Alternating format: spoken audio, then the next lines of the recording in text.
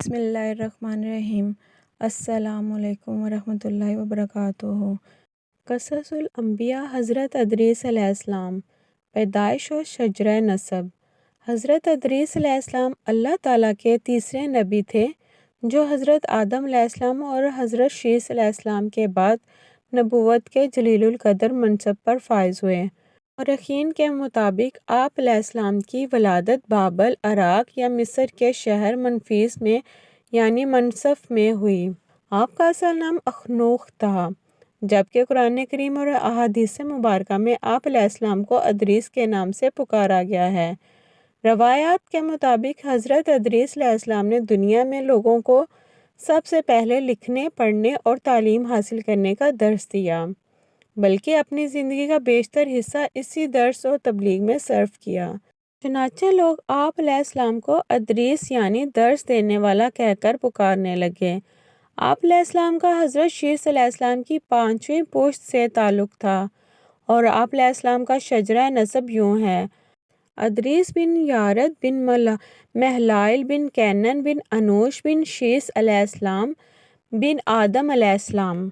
حضرت ادریس علیہ السلام منصب نبوت پر۔ حضرت شیث علیہ السلام کا انتقال ہوا تو کچھ عرصے بعد ان کے پیروکار بہت محدود تعداد میں رہ گئے۔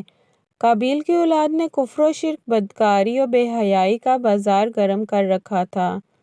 زناکاری اور شراب نوشی عام تھی۔ پاکیزہ رشتوں کی پہچان ناپید ہو چکی تھی۔ بتوں کی پوجا اور آگ کی پرستش ہو رہی تھی۔ گویا دنیا پر شیطان اور اس کے حواریوں کا راج تھا۔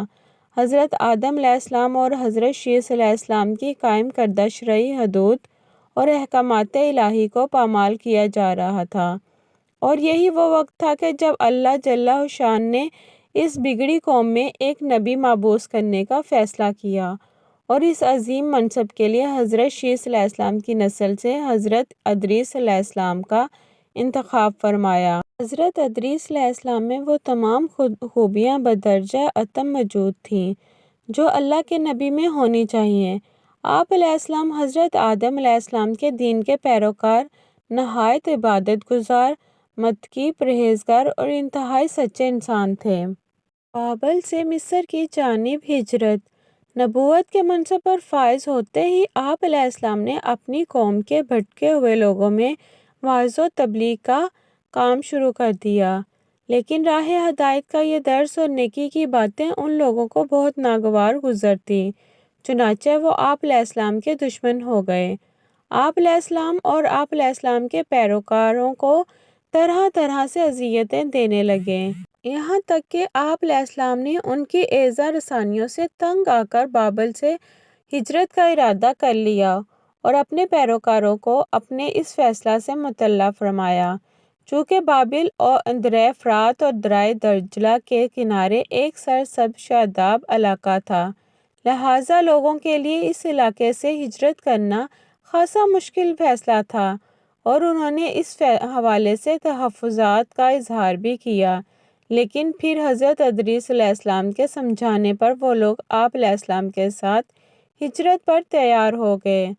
حضرت ادریس علیہ السلام اور ان کے پیروکاروں نے بابل سے مصر کا رخ کیا اور دریائے نیل کے کنارے آباد ہو گئے، جو بابل سے بھی زیادہ سرسبز و شاداب علاقہ تھا۔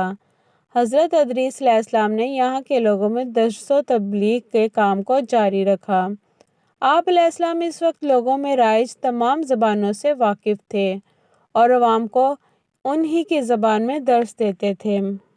قرآن پاک میں ذکر۔ آپ علیہ السلام کا قرآن مجید میں 2 مرتبہ ذکر آیا ہے۔ سورہ مریم میں اللہ تعالیٰ فرماتے ہیں، اور اس کتاب میں ادریس علیہ السلام کا ذکر بھی کیجیے، بے شک وہ بڑے سچے نبی تھے اور ہم نے ان کو بلند رتبے تک پہنچایا۔ سورہ مریم آیت نمبر 56-57۔ نیز سورہ انبیاء میں اللہ تعالیٰ نے فرمایا، اور اسماعیل علیہ السلام اور ادریس علیہ السلام اور ذوالکفل کا تذکرہ کیجیے، یہ سب احکام الہی پر ثابت قدم رہنے والے لوگوں میں سے تھے۔ سورۃ انبیاء آیت نمبر 85۔ قرآن کریم کی معروف و مستند تفسیر معارف القرآن کے مطابق حضرت ادریس علیہ السلام حضرت نوح علیہ السلام سے 1000 سال پہلے پیدا ہوئے۔ روح المعانی بحوالہ مستدرک محاکم۔ اللہ تعالیٰ نے آپ علیہ السلام کو نبوت کے مرتبے پر سرفراز فرمایا اور آپ علیہ السلام پر 30 صحیفے نازل فرمائے۔ حضرت ادریس علیہ السلام وہ پہلے انسان ہیں جنہیں علم نجوم اور حساب بطور معجزہ عطا کیے گئے۔ نیز سب سے پہلے انہوں نے ہی قلم سے لکھنا اور کپڑا سینا ایجاد کیا۔ ان سے پہلے لوگ عموماً جانوروں کی کھال لباس کے طور پر استعمال کیا کرتے تھے۔ پھر یہ کہ سب سے پہلے ناپ تول کے طریقے بھی آپ علیہ السلام ہی نے متعارف کروائے اور اسلحہ بھی آپ علیہ السلام کی ایجاد ہے۔ آپ علیہ السلام نے اسلحہ تیار کر کے بنو قابیل سے جہاد کیا۔ علامہ ابن اسحاق کا کہنا ہے کہ دنیا کا سب سے پہلا شخص جس نے قلم سے لکھا حضرت ادریس علیہ السلام ہے۔ معاویہ بن حکم سلمہ رضی اللہ تعالیٰ سے مروی ہے کہ انہوں نے حضور صلی اللہ علیہ وآلہ وسلم سے رمل کے بارے میں سوال کیا۔ یہ ایک ایسا علم ہے جس میں ریت پر مخصوص لکیریں کھینچ کر کچھ معلوم کیا جاتا ہے۔ تو رسول اللہ صلی اللہ علیہ وآلہ وسلم نے فرمایا، ایک پیغمبر تھے جنہوں نے یہ لکھا، لہٰذا جس شخص کا خط ان کے موافق ہو جائے تو اچھا ہے۔ علماء تفسیر فرماتے ہیں کہ پہلا شخص جس نے تبلیغ دین کے لیے واعظ و خطاب کا سلسلہ شروع کیا وہ ادریس علیہ السلام تھے۔ حضرت ادریس علیہ السلام چوتھے آسمان پر۔ حلال بن سیار کہتے ہیں کہ حضرت ابن عباس رضی اللہ تعالیٰ عنہ نے حضرت کعب رضی اللہ تعالیٰ عنہ سے پوچھا کہ قرآن پاک کی اس آیت اور ہم نے ان کو اونچی جگہ اٹھا لیا کا کیا مطلب ہے؟ تو حضرت کعب رضی اللہ تعالیٰ عنہ نے فرمایا، اللہ عز و جل نے حضرت ادریس علیہ السلام کی طرف وحی بھیجی کہ میں تمہیں ہر روز تمام بنی آدم کے اعمال کے برابر درجات دیتا ہوں۔ اس سے مراد اس زمانے کے تمام بنی آدم ہیں۔ تو حضرت ادریس علیہ السلام نے چاہا کہ پھر تو اعمال میں اور اضافہ ہونا چاہیے، لہٰذا جب ان کے پاس فرشتے آئے تو انہوں نے وحی کا ذکر کرتے ہوئے کہا، میں چاہتا ہوں کہ ملک الموت سے بات کروں اور پوچھوں کہ کب تک میری زندگی باقی ہے۔ فرشتے نے حضرت ادریس علیہ السلام کو اپنے پروں پر اٹھایا اور انہیں لے کر آسمان کی طرف بلند ہو گیا۔ جب وہ چوتھے آسمان پر پہنچے تو ان کی ملک الموت سے ملاقات ہو گئی۔ تو نیچے اتر رہے تھے حضرت ادریس علیہ السلام کے دوست فرشتے نے ملک الموت سے حضرت ادریس علیہ السلام کے بارے میں ذکر کیا تو اسرائیل علیہ السلام نے پوچھا، حضرت ادریس علیہ السلام کہاں ہیں؟ فرشتے نے جواب دیا کہ وہ میری پشت پر ہیں۔ اس پر ملک الموت نے حیرت کا اظہار کرتے ہوئے کہا، واہ، تعجب ہے، مجھے پروردگار کی طرف سے کہہ کر بھیجا گیا ہے کہ حضرت ادریس علیہ السلام کی روح چوتھے آسمان پر قبض کر لو۔ تو میں نے سوچا کہ وہ تو زمین پر ہیں، ان کی روح چوتھے آسمان پر کیسے قبض کروں؟ ابھی سوچ و بچار میں تھا اور زمین پر اتر رہا تھا کہ تم انہیں لے کر چوتھے آسمان پر آ گئے۔ پھر ملک الموت نے ان کی روح قبض کر لی۔ قصص الانبیاء ابن کثیر۔ ابن ابی حاتم نے ابھی بھی اس آیت کی تفسیر کے ذیل میں اس حدیث کو ذکر کرتے ہوئے یہ اضافہ کیا ہے کہ حضرت ادریس علیہ السلام نے فرشتے سے کہا، ملک الموت سے میرے بارے میں سوال کرو کہ میری عمر کتنی باقی رہ گئی ہے، جبکہ ادریس علیہ السلام فرشتے کے ساتھ ہی تھے۔ فرشتے کے سوال پر ملک الموت نے کہا، جب تک میں انہیں دیکھ نہ لوں اس وقت تک کچھ بتا نہیں سکتا۔ پھر ملک الموت نے حضرت ادریس علیہ السلام کو دیکھ لیا تو فرشتے سے کہا، آپ مجھ سے ایسے شخص کے بارے میں سوال کر رہے ہیں جس کی زندگی پلک جھپکنے سے زیادہ نہیں۔ پھر فرشتے نے پر کے نیچے حضرت ادریس علیہ السلام کو دیکھا، ان کی وفات ہو چکی تھی۔ قصص الانبیاء ابن کثیر۔ جنت اور دوزخ کی سیر۔ روضۃ الاصفیاء کے مصنف تحریر کرتے ہیں کہ حضرت ادریس علیہ السلام کثرت سے اللہ تعالیٰ کی حمد و ثنا اور عبادت میں مصروف رہتے تھے اور فرشتوں میں نہایت محبت اور عقیدت و احترام کی نظروں سے دیکھے جاتے تھے۔ فرشتے ان کے پاس آتے اور ان کی صحبت میں بیٹھا کرتے تھے۔ چنانچہ ایک مرتبہ حضرت اسرائیل علیہ السلام بھی اللہ تعالیٰ سے اجازت لے کر آئے اور انسانی شکل میں بہت دیر تک ان کی صحبت میں حاضر رہے۔ حضرت ادریس علیہ السلام کو جب معلوم ہوا کہ یہ کوئی انسان نہیں بلکہ حضرت اسرائیل علیہ السلام ہے اور روح قبض کرنے کی خدمت پر مامور ہیں، تو آپ علیہ السلام نے ان سے فرمایا کہ میرا دل چاہتا ہے کہ تم مجھے موت کا ذائقہ چکھاؤ۔ اس پر حضرت اسرائیل علیہ السلام نے اللہ تعالیٰ کی اجازت سے ان کی روح نکالی اور پھر واپس کر دی۔ اس کے بعد حضرت ادریس علیہ السلام نے ان سے فرمایا میرا دل چاہتا ہے کہ میں جنت اور دوزخ دیکھوں۔ چنانچہ حضرت اسرائیل علیہ السلام نے اللہ تعالیٰ سے اجازت لے کر انہیں دوزخ دکھائی۔ وہ دوزخ دیکھ کر جنت میں آئے اور بہت دیر تک وہاں کے مناظر دیکھتے رہے۔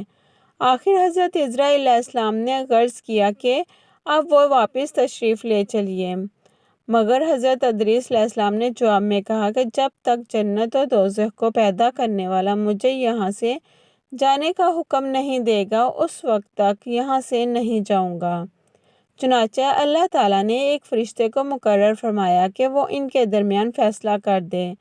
حضرت اسرائیل علیہ السلام نے اس فرشتے کو پوری صورتحال بتائی۔ پھر حضرت ادریس علیہ السلام نے فرمایا میں قانون خداوندی کے مطابق موت کا ذائقہ چکھ چکا ہوں اور اب جنت میں آ گیا ہوں، چونکہ حق تعالیٰ نے فرمایا ہے یعنی ہم تم کو اس سے نہیں نکالیں گے، لہٰذا میں یہاں سے نہیں جانا چاہتا۔ حضرت کعب احبار کی روایت ہے کہ فرشتے نے اللہ تعالیٰ کے حکم سے فیصلہ کیا کہ اچھا اب آپ چھٹے آسمان پر رہیے اور فرشتوں کے ساتھ عبادت کیجیے۔ چنانچہ حضرت ادریس علیہ السلام چھٹے آسمان پر فرشتوں کے ساتھ عبادت میں مشغول رہتے ہیں، واللہ عالم۔ اس سلسلے میں متفق علیہ حدیث یہ ہے کہ حضرت ادریس علیہ السلام چوتھے آسمان پر ہیں۔ مجاہد رحمۃ اللہ علیہ اور دیگر بہت سے علماء کرام کا یہی قول ہے۔ حضرت ظاہری رحمۃ اللہ نے بھی حضرت انس رضی اللہ تعالیٰ عنہ سے بھی مروی معراج کی حدیث نقل کی ہے کہ جب نبی کریم صلی اللہ علیہ وآلہ وسلم معراج کی رات چوتھے آسمان پر پہنچے تو وہاں آپ صلی اللہ علیہ وآلہ وسلم کی ملاقات حضرت ادریس علیہ السلام سے ہوئی، جنہوں نے حضور صلی اللہ علیہ وآلہ وسلم کو دیکھ کر فرمایا مرحبا سہیل بھائی اور سوال نبی صلی اللہ علیہ وآلہ وسلم۔ آل قبیل کے ساتھ جہاد۔ حضرت ادریس علیہ السلام کی زندگی میں دو چیزیں بہت نمایاں ہیں، ایک وعظ و تبلیغ اور دوسری آل قبیل کے ساتھ جہاد۔ چونکہ انہیں وعظ و تبلیغ میں ملکہ حاصل تھا، چنانچہ ان کی پہلی کوشش یہی رہی کہ وعظ و نصیحت سے آل قبیل راہ راست پر آ جائیں اور دنیا برائیوں سے پاک ہو کر ایک اللہ کی عبادت کرنے لگے۔ لیکن شیطان نے ان لوگوں کو پوری طرح اپنی گرفت میں لے لیا تھا۔ جب آپ علیہ السلام ان سے اللہ کی وحدانیت کی بات کرتے، ایک اللہ کی عبادت کی نصیحت کرتے، برائیوں کو چھوڑنے کی تلقین کرتے، تو یہ باتیں ان کو بڑی ناگوار گزرتی اور آگ بگولا ہو کر انہیں اذیتیں دیتے، تمسخر اڑاتے، پتھر مارتے۔ دراصل ایک طویل عرصے تک شیطان کے زیر اثر رہ کر یہ لوگ شرک و کفر اور برائیوں کی دلدل میں گردن تک دھنس چکے تھے۔ دنیا واضح طور پر دو گروہوں میں تقسیم ہو چکی تھی، ایک شیطان کے پیروکار اور دوسرے اللہ رب کائنات کے ماننے والے۔ حضرت ادریس علیہ السلام اس صورتحال پر بڑے دل گرفتہ اور پریشان رہا کرتے تھے۔ آپ علیہ السلام نے لاکھ کوشش کی کہ کسی طرح تبلیغ کے ذریعے ان لوگوں کو راہ راست پر لایا جا سکے، لیکن جب کوئی صورت نظر نہ آئی تو انہوں نے اللہ تعالیٰ کے حکم سے ان لوگوں کے خلاف جہاد کا فیصلہ کیا۔ انہوں نے اللہ اور اس کے پیغمبر پر ایمان رکھنے والے نوجوانوں کی ایک جماعت کے ساتھ آل قبیل کے ساتھ جہاد کیا، جس میں اللہ تعالیٰ نے انہیں کامیابی عطا فرمائی اور بہت سے لوگ دین حق کی جانب راغب ہو گئے۔ اسی طرح اسلامک انفارمیٹیو ویڈیو دیکھنے کے لیے میرے چینل کو سبسکرائب کریں، ویڈیو کو لائک کریں اور شیئر کریں۔ بیل آئیکن کو دبانا مت بھولیں تاکہ میری آنے والی ہر ویڈیو آپ تک پہنچ سکے۔ جزاک اللہ خیرہ۔ ملتے ہیں نیکسٹ ویڈیو میں، تب تک کے لیے اللہ حافظ۔ دعاؤں میں یاد رکھیے گا۔